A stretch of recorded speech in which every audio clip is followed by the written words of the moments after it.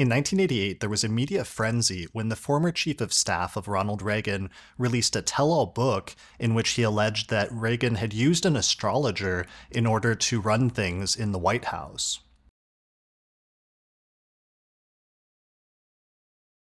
So this caused such a frenzy that over the course of the next few days, reporters investigating it were able to uncover the name of the primary astrologer who worked for Ronald Reagan, who was an astrologer from California named Joan Quigley.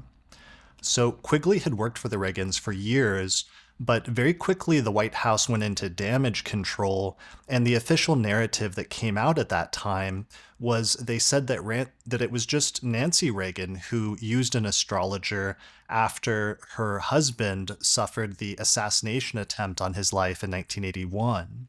And the official narrative painted it almost as if it was like a failing of Nancy as a woman who was scared for her husband and therefore resorted to superstition. And still to this day, many official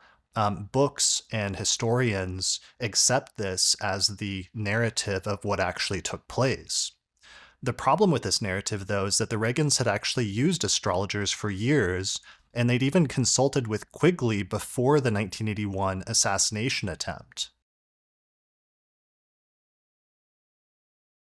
Even prior to working with Joan Quigley, the Reagans worked with other astrologers going back to the 1960s, including a famous astrologer named Carroll Righter, who consulted with a lot of Hollywood elites in the 1950s and 1960s,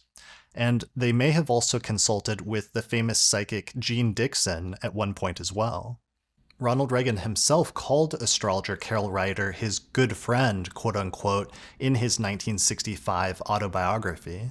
And Reagan himself said, "Every morning, Nancy and I turn to see what he has to say about people of our respective birth signs," in referring to Carroll Righter. So clearly Reagan had a long-standing personal belief in astrology, which helps to confirm why he would allow it to dictate so strongly the schedule that he had in the White House.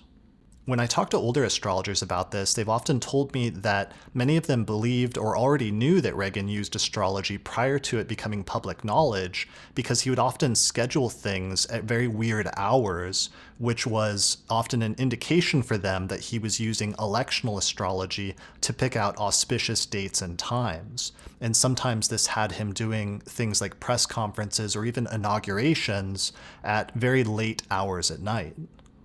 In 1967, when Reagan became governor of California, he actually used electional astrology in order to select the time for his inauguration, which they set at a very odd hour at 12:10 a.m., just after midnight.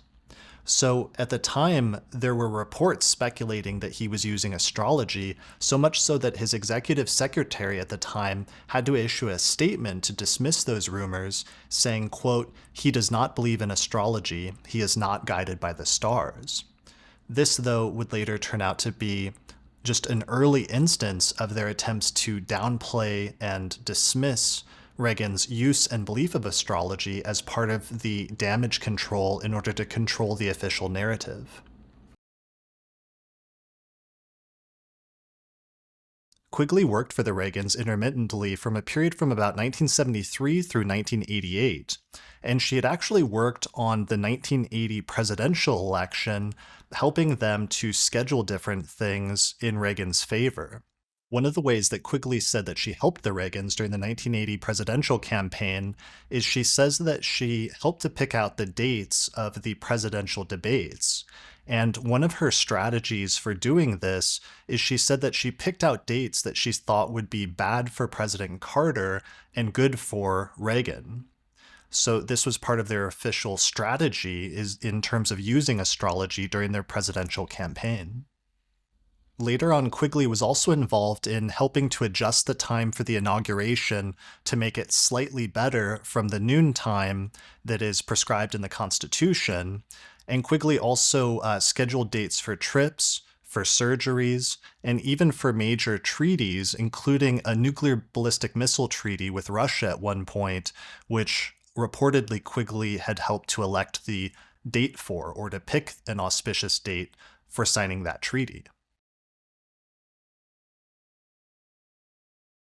After Joan Quigley was named as the astrologer to Reagan, one of the things that ended up happening is she eventually wrote a tell-all book talking about the work that she did for them, and that's part of how we know as much as we do about the extent to which astrology was used in the White House.